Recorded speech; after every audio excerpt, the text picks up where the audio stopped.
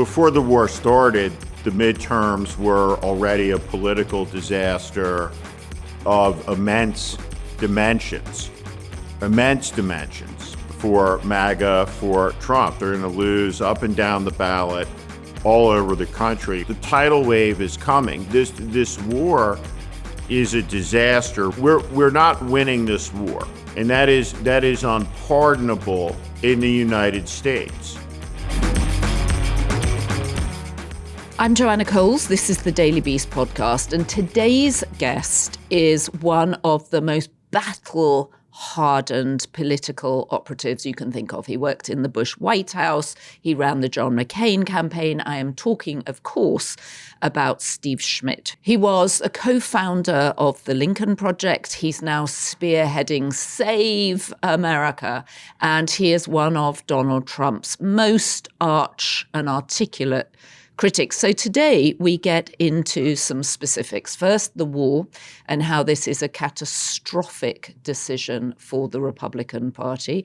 And those Republicans at Doral on the off-site this month, where they were all talking about the midterms, know that they're going to be wiped out. Steve says they know there is a tidal wave coming for them. And also, as the master of many political campaigns, he breaks down why Trump himself broke at the economics of Kristi Noem's $220 million campaign featuring herself. He talks about the weirdness of the Florsheim shoes, Trump doling them out to his cabinet and his cabinet wearing them. And he talks about his update on his campaign to persuade King Charles not to come to the States to celebrate America's 250th anniversary, because he will be a suck-up and a stooge to Donald Trump. So buckle up. It's a bumpy ride.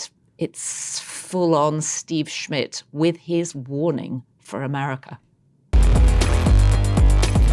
Steve Schmidt, fantastic to have you back on the Daily Beast podcast. I wanted to waste no time and get straight into it with you as the scold prophet, which is my name for you because of the warning and the ferocity you bring on the warning. With something I'm really wrestling over, which is Trump's rhetoric around the war. And I just wanted to read a line from his Truth Social post that he hammered out at midnight. They've been killing innocent people all over the world for 47 years, and now I, as the 47th president of the United States, am killing them. What a great honor it is to do so. Iran's navy is gone, their air force is gone, missiles, drones, and everything else are being decimated, and their leaders have been wiped from the face of the earth. Just, what is this? What is this nonsense? It's sick, and it's fascism.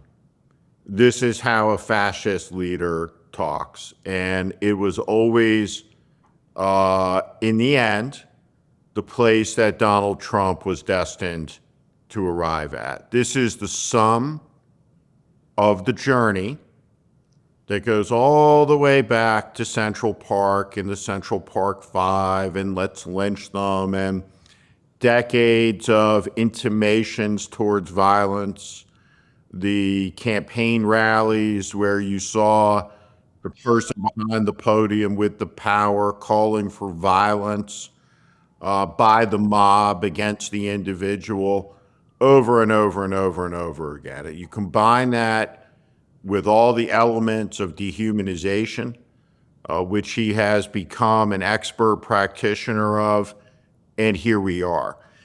And there is no martial leader this side of Genghis Khan and Adolf Hitler who talks like this. This is not the language of a president of the United States, at least until now. This is not how a leader of a democracy thinks about war. That war is a terrible thing.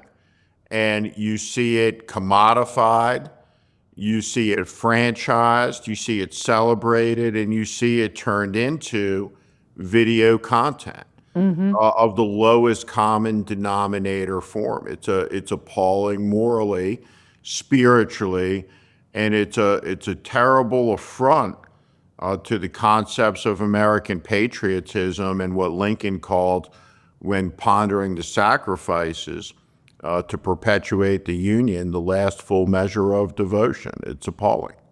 Steve, I actually feel you should be in a pulpit saying this. You're getting a sort of, I'm getting a religious vibe from you now, except not really religious, more concern for America and the Republic of America. How is this playing out? You know all sorts of Republican operatives. You were, at the center of white-hot Republican operations for many years. How is this playing out in the Republican Party? And then, we saw them having their offsite at the Trump Doral Hotel in Florida earlier this week.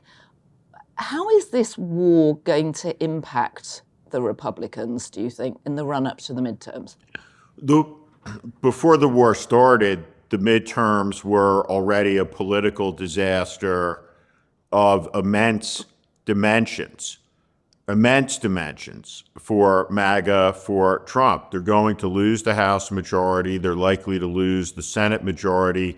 They're going to lose governor's races. They're going to lose up and down the ballot all over the country. For example, in Ohio, you may see a Democratic governor. If the election were tomorrow, you may see a Democratic U.S. senator. You may see David Jolly win in the state of Florida. There are a lot of candidates in a lot of places who are going to win, and that's before the war. And we just saw a Democrat win in New Hampshire, right? What had been a traditionally safe Republican seat. Right, state rep district in Carroll County, out towards the border of Maine, Republican territory, if there ever was any. And you have 28 districts and all sorts of different elections that have flipped over the last year and a half since Trump has been in office. So the tidal wave is coming. This war is a disaster. We talked about some of the moral dimensions of it, some of the mistakes, if you want to call them that have been made, the obliteration of a school of young girls in it. But we're not winning this war, and that is unpardonable in the United States.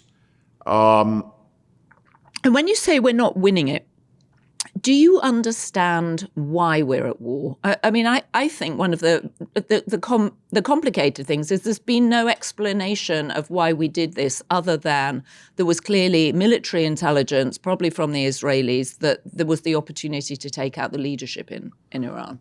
I think from a couple of data points that you have American forces essentially functioning as Hessians for the Israelis and the Saudis.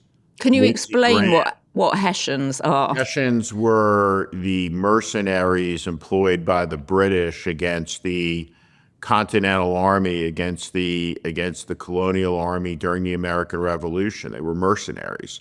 And so you see the role of the United States military servicing the strategic interests of the Saudis. A lot of talk about how Israelis manipulated the United States into this, that Netanyahu manipulated Trump, that the Netanyahu cabinet that people like Mike Huckabee are enthralled to, which is filled with the Israeli version of Pete Hegseths and all the religious nutters that we have here. And so when you look at the totality of it all, what's the war about? Well, there's so many contradictions. So we obliterated, according to Trump, the nuclear program, which apparently obliteration has different meanings to different people, that we need to re-obliterate it now and re-obliterate it and re-obliterate it. What Donald Trump started talking about at the inception of the war was that, and it is a war, that its goal was regime change. and we have destroyed a lot of physical assets, but we have hardened, it seems, the regime. And it's important to remember, this is an apocalyptic, theocratic, religious regime. When you have some of the nutters like Pete Hegseth talking about Armageddon and the return of Christ, well, this is a big part of the theology around the Ayatollahs, the return of the Mahdi. They too believe in the end times and the apocalypse. So it's a wonderful combination to see come together. But this is incoherent. There's no plan. And at the end of the day, strategically, you cannot, and there never has been an example of taking and holding territory with air power. And this choke point in the Straits of Hormuz, it's very narrow. You can see across it from side to side, from Oman to Iran, and the Iranians control that territory, and they control what ships can flow through it. So the United States is in the early days of experiencing a very, very, very severe economic shock as we see oil move past the $5, $6, probably into the $7 a gallon territory overnight. It's the most severe disruption of oil in the history of the global energy market right now, today. Not 1973, not 1979. We just haven't experienced it yet in the United States, but we certainly will. Okay, so Steve, I want you to explain something to me. You have been incredibly close to power. You've seen power in the White House. You've spent your life working with people who want to run things. We also know that the American military is incredibly well run. It's a group of highly dedicated, very thoughtful people. How is it possible that we have yet again, or we appear to have yet again, put America in a situation where it has underestimated the reaction from other countries that we may well be bombing the hell out of? This feels like America's template, that we assume that America's power from the skies equals victory, equals a country being conquered. And yet time and again, we understand that's not what happens. How do we get into this position? Arrogance. I always ask candidates, particularly those that are running for president, I said, what's the most important quality of leadership? When we're sitting around, no cameras on, and there's been no person who has ever gotten the answer right, in my view, because I come at that with a point of view, and I think the answer to it is restraint. Restraint is the most important quality of a great leader. And it was something that was understood by Lincoln. It was something that was understood by FDR. And it is something that is rarely understood in the world of politics. I want to be precise about what I'm saying here, but I don't think that the leadership of the American military necessarily is entitled to the broad dispensation that you gave it in the qualification up front. The version of, for the very senior leadership of, would you like to board the Delta flight first? General Kane. General Kane has some options. He has some prerogatives. General is not in Pete Hegseth's chain of command legally. The general, the chairman of the Joint Chiefs of Staff, is the president's principal military advisor. And one, I find him mediocre and unimpressive as he stands up there having remembered the combination of Schwarzkopf and Cheney when they had to communicate serious business to the country back in the first Gulf War, for instance. But putting that aside, he doesn't have to stand up there and listen to Pete Hegseth's insanity. That's a choice. He has every right to say, I'm Senate confirmed. I'm the president's principal military advisor, and Mr. President, I'm not going to debase my uniform by standing up there and listening to this fucking idiot talk about death the way that he talks about it. And I use the word fucking idiot precisely. And and and I use it in the spirit of Mark Milley, former chairman of the Joint Chiefs of Staff, when Stephen Miller in the first term asked about obliterating boats with Mexican migrants in them off the coast of San Diego. General Milley turned to him in the Oval Office and said what was appropriate to be said, which is shut the fuck up, Stephen. He But the literally said difference- that. but Mark the- Milley actually said that to He him. did say that, right? And the difference between that term and this term is the little Eichmann now, Stephen, right? He's the one who says, shut the fuck up to anyone who dared dissent against the insanity. You know, it's a very important thing to, I think, appreciate is the sinking of this submarine, which will, mark my words, The sinking of the submarine off the coast of Sri excuse me, Lanka. the sinking by the submarine of the Iranian frigate off the coast of Sri Lanka. Ship was unarmed. The order went out. We did not pick up survivors. This is the first sinking of a ship by a U.S. submarine since World War II. Why didn't we take the ship prisoner? We certainly could have surfaced behind it and commanded it to be surrendered. It was unarmed.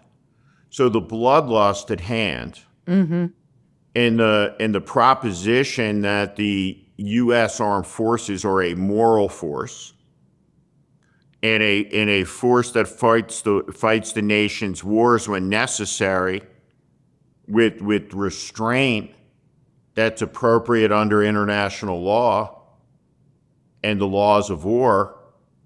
This is a very important concept, and Pete Hegseth has been at war with this concept since the second he was confirmed, and we're seeing some of the consequences of it. Cannot delink that from the 168 young girls who were killed in an incompetent act by the world's most powerful military. The targeting was wrong. It's unacceptable. And what did you think of the messaging around that? The sort of refusal by Donald Trump to accept blame when the investigation came back and said it was a US Tomahawk missile that attacked the school. I mean, obviously by accident, no one's suggesting that it was anything other than that, but it's a huge casualty toll. I mean, it's a version of Alex Preddy and Renee Good are domestic terrorists, isn't it? Is that there's an absolute incapability of acknowledging a mistake, acknowledging an error, acknowledging a tragedy, and this is the dichotomy that we have to focus on. Is that on the one hand, you cannot sincerely talk about war as a tragedy when you're the person who's talking about how honored you are to kill Iranians. Mm-hmm. Right? This is the language of a Nazi. This is the law of the jungle. If you're a Republican congressman or woman or Republican senator and you're up for re-election in November, how are you? Well, first of all, how do you think, how panicked are you about everything that's going on? And what mechanism do they have, if any, to indicate that this war is not a good thing for the party? Well, I mean, you can tell through the collapse of his polling numbers and their further deterioration and the split within the MAGA party on this issue that this is terrible for Trump. And again, Trump has, though, it's hard for me to acknowledge and accept this. The truth is that he has been perceived by the determinative voter to be the strong candidate against weak candidates. And so he doesn't look strong here. He looks incompetent. He looks weak, and he's going to look weaker as this all unfurls out. Now, Republicans who are sitting around the bar at Doral, all meeting together, know that they are going to be wiped out. The people who run the campaigns know that they're going to lose, in the words of Trump, they're going to lose bigly. They're going to lose catastrophically. It's going to be an immense loss. Now, the psychology of it, right? Think about a shipwreck and imagine us out on a big floating board that's sinking, right? But we're still floating. And there's like 50 people on it. And that's all these House members. And every time one of them falls off into the ocean, they're like, oh, look, I made it. That person's gone. They didn't. They're in the water. They're going to drown. Now, that's the fate of all of them. But the drowning won't be in this moment or the next. And so hope springs eternal in March for an election in November. Though they see the writing on the wall, the inherent narcissism in so many of these people is that, though, if I run fast enough uphill, the tsunami wave, the waters won't get me.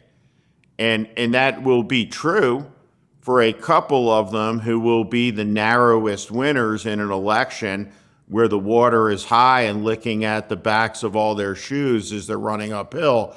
But they all know. They know what's coming. They do know what's coming. That's interesting. And there's really nothing they can do about it. The die is cast. So, speaking at the Doral offsite, Mike Johnson acknowledged that there had been a hiccup with Latino and Hispanic voters, obviously with ICE. Kristi Noem is now gone. I wanted you to take us inside those enormous campaigns that operatives run. And in particular, can you explain to us this? I mean, I am astonished that she was able to spend $250 million or $220 million on this ad campaign telling people, don't come here illegally. She's riding around on a horse looking very glamorous. We've got Mount Rushmore in the background. She's full cosplay, full Ice Barbie.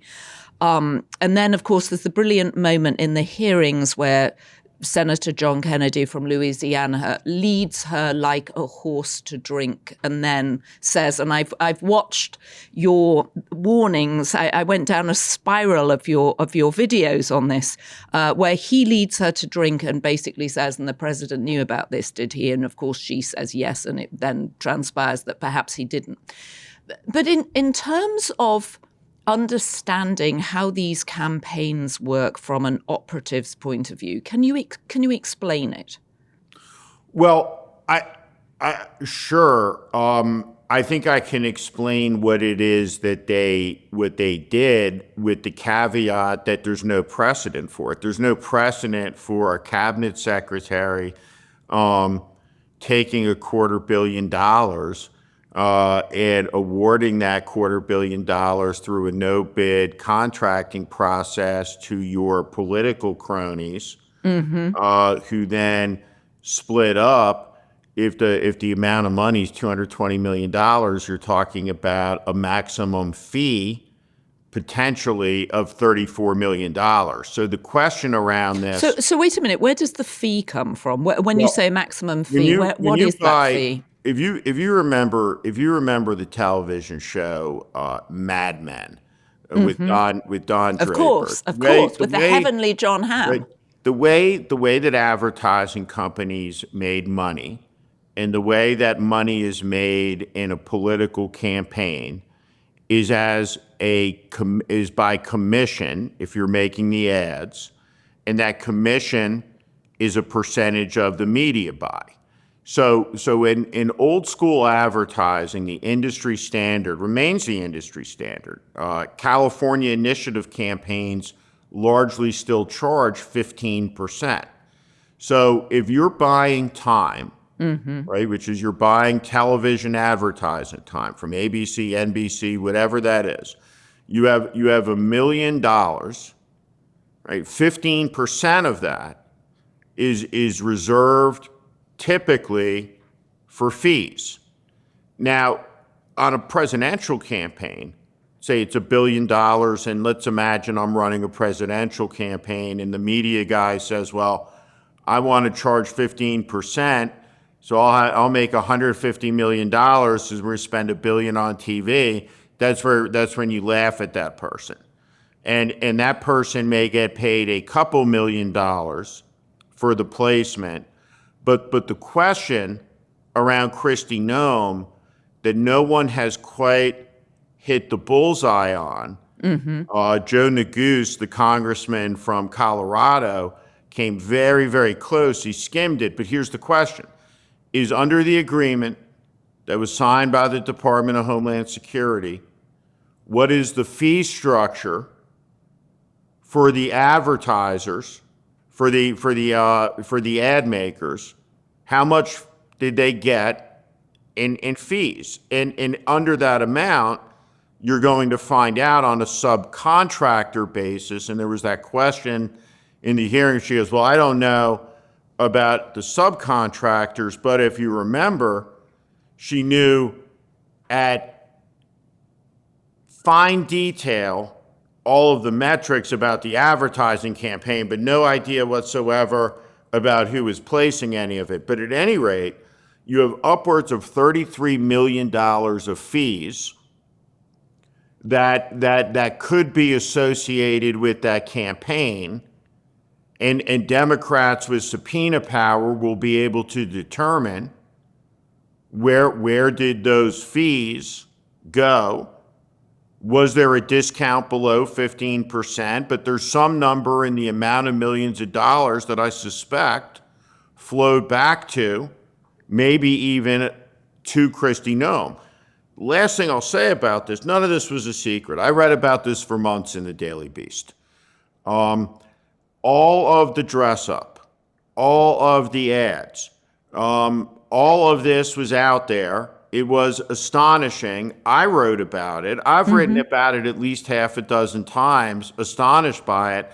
But I suppose there are just moments where everyone focuses and pays attention to something, even though it's out there, even though it's vivid. This was the moment where people in both sides, looking to take her out, used what was front and center, and it all came together between the plane, between her abuses of U.S. citizens, between her corruption, between her arrogance, between her dead-eye stupidity.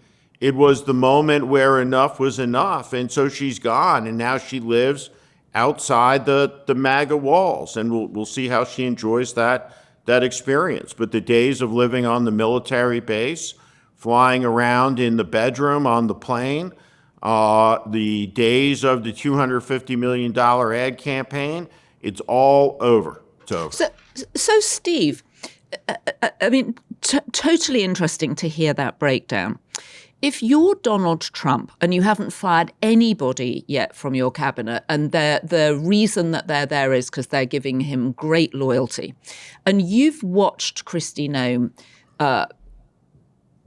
begin to tip over into what could be a problem, you're beginning to see the poll numbers are beginning to crater, especially among Hispanic and Latino voters. And she's been in charge of ICE, which has been scooping up brown people from our streets with, masked people. You've witnessed 2 American citizens shot in cold blood in daylight. Why is it the ad campaign and the $220 million, the thing that is her fatal flaw? What is it that Trump responds to that means that's the moment she's done? I think he has a very subjective point of view about when it's bad for Trump. So if you go back to the Apprentice days, and you look at the circus that Donald Trump's presiding over, it doesn't particularly matter to Trump if Gary Busey and Meatloaf are fighting with each other in one episode or best of friends in the next episode. He just kind of floats above it. Now, in this instance, nobody can go in there and tell him, hey, your approval numbers are at 30%. There's no upside to that.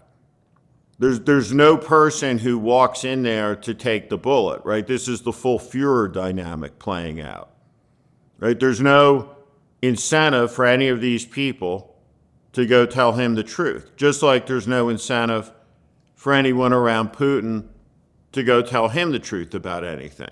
Mm-hmm. So what the best you can do on the margins, and remember, when it comes to Kristi Noem, her package was with Corey Lewandowski, who offends people by the thousands.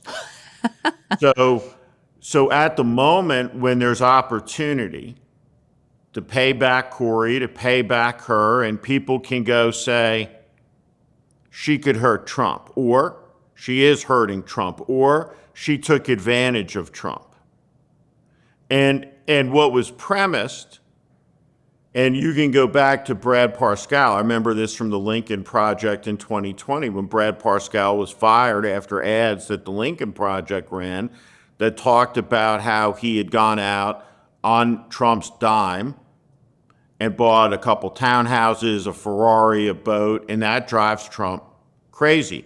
Trump psychologically is the guy who wants his boys in their Florsheim shoes. Let's talk about the right. Obedient, capitulant, and not predatory. Trump is the gangster. They work for the gangster. They don't get to do their own con. They don't get to take $220 million in Trump's name and glorify themselves. So that's what that was about. Okay, that's fascinating. So only he is allowed to do that, but he felt he was being taken advantage of. Absolutely. Okay, riveting. Absolutely. A riveting analysis. So let's discuss, please, the Florsheim shoes. As a man, can you explain that? Because obviously if it were a woman president, she would not be buying members of her cabinet shoes and expecting everybody to wear them. That's an insane idea. So why does Donald Trump, why does he love these $148 black shiny Florsheim shoes? And why is he buying them in bulk for his cabinet? And why are they wearing them? Why are they wearing them? I mean, poor Marco Rubio didn't even get the right size. The madness of all of this has to start with talking about how Trump will look at you, imagine your shoe size, and that's your size. Right? Is that how it works? That's why Marco Rubio is walking around in these cheap pleather shoes, pre-shined, like marching band shoes. This is and I just want to say is an old Italian proverb, right? You can tell much about the man from the shoes, and without going down into the rabbit hole here, but I think we should go into the rabbit hole. We should go into the rabbit hole for the Florsheim shoe. It's insane. Where it's always John Fetterman has always driven me batshit crazy with the brown sweatsuit. He's a United States senator. Mm-hmm. Comport yourself with some fucking dignity. With some dignity. And not only should you be in a suit, you should be in a suit that's tailored properly. And one of the first things you do, and I say this to young men, I say this to my son, I say this to my son's friends, I said, grown men should wear shine shoes and they should be laced up. Right? That's what a dress shoe is. And these are children's shoes. These are marching band shoes. There's no man Right. right? And like the chief American diplomat is wearing these shoes to go meet with his European counterparts. It is shocking. Well, it's going It to look is like a child dressing up it in is his it mother's is shoes. it is that these are grown men being dressed in these cheap, shitty shoes that they're afraid to take off by Trump, who then sends them out into the world wearing the shoes, where they do the business of the nation in front of serious men and women. But Steve, It's why? shocking. But why has he settled on these shoes? And actually, I will say $148 is not that cheap for a pair of shoes. I mean, you can get shoes cheaper than that. But why has he settled on these particular shoes? What is it that they represent that Trump so loves for his people? I have no idea, right? I have no idea. Is it sadism that I can make all of these men wear these Florsheim shoes? I mean, part of the story is that, Trump was looking down at the shoes. I've always done this in interviews. Someone came in for an interview, I look at their shoes. Are the shoes shined? Are they squared away? Are they attentive to detail? And so he looks down at Marco Rubio and JD Vance's shoes, and they got holes in them. And apparently Trump is in the Oval Office, and he does some version of Jesus Christ, I have to buy you guys shoes. And he bought them these Florsheim shoes, and those are Trump shoes. And now Trump likes to give away the shoes. I know people who've met Trump back in the day when Trump had the Trump ties. Mm-hmm. Trump would always hand out ties, 3 or 4 ties to anybody he was meeting. He is the quintessential Queens hustler. He's the New York realtor guy. He's giving away steaks. He's giving away ties. He's giving away shoes. Right? It's all part of the shtick. It's all part of the charisma, right? He's a good guy. He's giving you these trinkets, and as people get in on it too. There's this story about, Usha and JD Vance go out to dinner, and Usha left little coins, vice presidential second lady coins, on for the tip for all the waitresses, right? So everyone gets their trinkets from the top of the MAGA pyramid. I was laughing at that story. We covered that story in The Beast today, and then there was a wonderful aside that the coins that Karen Pence had as second lady were now available on eBay. Yes. From anywhere between $49 to $350. Beautiful coin. Yeah, I was just thinking, who on earth would want Mother Pence coins as part of their Right. collection? What on earth would you do with them? How would you display them? Your family member has a shopping problem, right, on eBay when the mother Pence coin arrives in the mail, It's in the so FedEx weird. box. But explain to me as a man, because I just can't believe that this would happen with women, but explain to me as a man how you would feel if your boss gave you a pair of shoes and wanted you and your male colleagues to all wear the same shoes. I'd be like, get the fuck out of here. I'm not going to wear that shoe. Right? There's no chance I would wear that shoe. Right? Like at a personal level, I'm incapable of wearing that shoe. I would never do it. And I have a judgment about the people who would. Go on. And what that judgment is that they're deeply unserious people. They lack a spine. They lack conviction. They lack autonomy. They lack the ability. They can't look at Donald Trump and be like, great shoe, Mr. President, but I like these. Well, also, where does it stop? What if he turns up one day and he's got suits for all of them? Are they all expected to wear the suits that he wants them to wear? A lot of them have the gold pin on now. I always like this story about General Marshall. Is FDR famously addressed everybody by their first name, including King George. The first person who ever addressed him by his first name in his life outside of childhood was Franklin Roosevelt. And General Marshall asked him to stop calling him George, and asked that he be addressed by his rank, which was general. He was chief of staff of the United States Army. He was a formal man, and so it's not an act of generosity.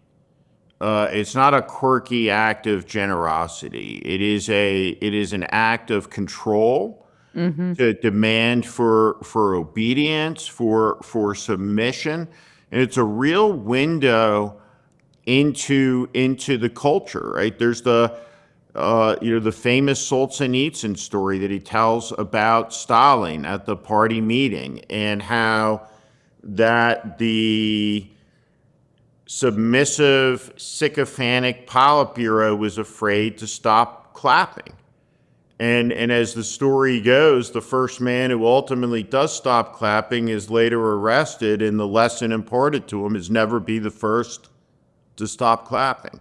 Right. And when you live in a country where you have to think about the consequences of being the first to stop clapping, right? That means you're not living in a free country anymore. And when you look at Marco Rubio, you know a couple of things about him, right? As a human being, and what you know about him is that he knows that Trump is what we know Trump to be, because he has condemned Trump, in his own words, on many occasions. But step by step, he went down a path for ambition's sake, where every principle, every duty, every aspect of his oath was subordinated, until he became a man standing in Trump's shadow, so committed to the lies that he stands there in shoes given to him by that man 3 sizes too big without complaint. Detestable. It's every father in this country, right? All of them, right? Hope that our sons don't wind up to be like a Marco Rubio. Goodness. So he's a Quisling. He's a Quisling. So, Steve, last time we talked, you were busy preparing a campaign to send to the UK to warn King Charles, talking of King George, his descendant, to warn him not to come here to attend Trump's 250th celebrations of the Republic.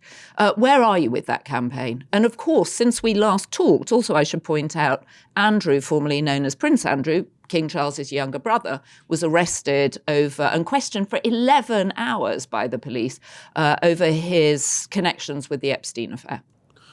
That, speaking of Prince Andrew Mountbatten Windsor, it's really, we talk about this age of artificial intelligence and deep fakes and all the slop, but it really speaks to the power of photojournalism, right? To capture this indelible moment of the defenestrated Andrew in the back of a police car, the shock of the loss of his privileges and his entitlements, and justice coming due, even for the son of Queen Elizabeth. And if you're Kristi Noem and Pete Hegseth and Pam Bondi, that's a picture worth studying, worth thinking about, worth contemplating, because for them, they all have a future that looks a lot like Sarah Ferguson's to me. When you consider their prospects in the medium to long term. And as they say, the days are long and the years are short. And we're going to get there really fast. And they're all going to have a lot of time to think about the things that they did, like Andrew and Fergie. Now, we're prepared, and you have communicated publicly that it would be best for the king not to come to the United States and be involved in this. And there's been no announcement from Buckingham Palace of an April visit to coincide with what would be the 250th anniversary of the independence of the country. We start in the spring here. There's a lot of events, a lot of things happening. We have Donald Trump's birthday on June 19th, which is Flag Day, and the point again is a really serious one. The first king, who was a great king, by the way, George VI, who came to American soil, came at the invitation of the president as the world was spiraling into the abyss, as fascism had drawn its knife and held it to the throat of the democracies. And Franklin Roosevelt knew what was coming, and he wanted to build affinity between the British and American peoples. There was not a lot of affinity. There was not a special relationship. The United States was a country filled with Catholics, a country filled with Irishmen, who had no affections for the British crown. The king comes to George Washington's tomb. That's the first place he goes, aboard the presidential yacht, the Potomac. And he goes into the crypt to pay his respects to a man that George III said was the greatest of this or any age because of his humility.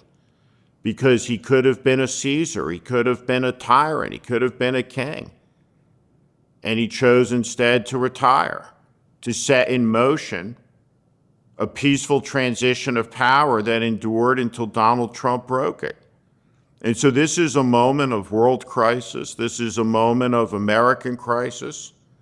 And the King of England, given the sacrifices of so many Americans within living lifetime, should be very cognizant of his obligations and the crown's obligations to the American people, not to the leadership of a party, not to the leadership of a faction. So the king, who is not naive about politics, and the men and women around him who are not naive about either politics or diplomacy, have to appreciate that in this moment, there is no neutral position. So what do you do if you're the king, if you're advising the king who's under enormous pressure to keep up relations, even if they are just public relations with the States, because he's such an important ally, even given Donald Trump's presidency? How do you think he should handle this?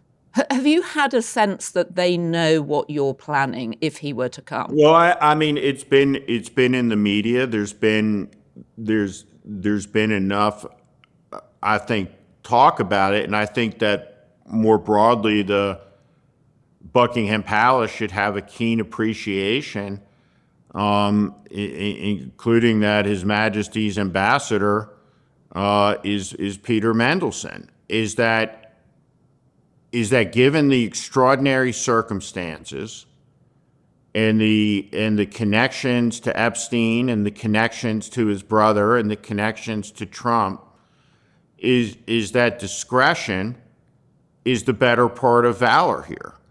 Is that there are 10 things that could go wrong for everything that could conceivably go right. And again, the endurance of the relationship is with the American people, and 70% of the American people are opposed to this. And so if you come and stand in a moment in time when Donald Trump is doing the many things that he's doing, it will tarnish the crown, and it will tarnish the relationship. This is not a place for the British sovereign to be. There's a lot of different ways the king can show his respect to the American people, to the United States. And again, we the people. There's a lot of ways for him to show his respect and his affection to the country without coming and appearing as a Donald Trump stooge in a fascist pageantry that follows what Donald Trump communicated last night about his enthrallment to killing. So at a moment in time, when you look at Charles and the totality of his life, the difficulties in his life, the strangeness of it, this is it. He's a man who's dealt with cancer, who's in his 70s. These are big moments. There are questions that are fundamental to the endurance of the crown itself that are not my place to talk about as an American. But his brother has put him into a difficult position. Donald Trump has put him into a difficult position. And like I said, the Save America movement doesn't want to be in a fight with the crown, but will defend the proposition of the United States in this anniversary year from the grotesquerie of all of the submissions, all of the appeasements to Donald Trump. I mean, the king should understand something about his grandfather and about his uncle, right? His grandfather was the king because his uncle didn't have the fortitude. And he was a fascist and he was an appeaser, but his grandfather was not. And at a moment in history, the King of England should not be standing with an American fascist. What he should be doing is standing for the rights of Englishmen and women, which means holding the line against an American fascist. Well, Steve, you have to promise to keep us up to date. Absolutely. We will be waiting for the announcement of whether or not the king is coming in April. And you'll be the first person we're calling to get a comment. I'm sure. I remember after you came on and did the interview and said that you were planning to unleash holy hell with a campaign in the UK if the king were to announce he was coming, that it got an enormous amount of coverage in the UK. Yeah. So you will be the first person that we call to find out more. And as ever, you have an incredibly unique turn of phrase. You are wasted, not in a pulpit. I don't care if you don't even have a religion. The religion of the doom prophet, Steve Schmidt, and the warning. You're your own kind of secular religion, I think. But thank you for spending time with us this morning. It's so interesting. I guess my final question to you, actually, we've talked a lot about Marco Rubio and him swimming in daddy's shoes. J.D. Vance has been silent as far as we can tell on this war. He's very much taken a back seat. Is that strategic, do you think, on his behalf? Of course. I think that one of the most important things, if you want to understand what's coming down the road, is to really pay careful attention to the Tucker Carlson interview with Mike Huckabee. And you see in that all of the strains of this twisted modern MAGA movement and what the fault lines are. And you can see how Tucker Carlson intends to run for president. And you can see how that differentiates him from both Marco Rubio and from J.D. Vance. So Rubio, when it comes to the war, Rubio cannot escape the war any more than Rumsfeld can. Right. But J.D. Vance is not seen as central to it and has some space to say, well, depending on what grace Trump gives him, and Rubio and Vance will be competing for this claim to who gets to author the revisionist history.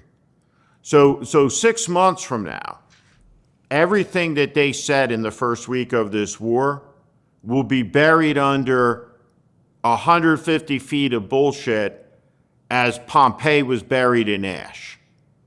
And it's going to be very difficult archaeologically, right, for the MAGA mind, right, to dig back through all of it to what everybody was saying at the beginning. So however it ends, we know that Marco Rubio is identified completely with the bombing and the regime change, but how does J.D. Vance come out of this in the end, and how does he bring Trump out with him?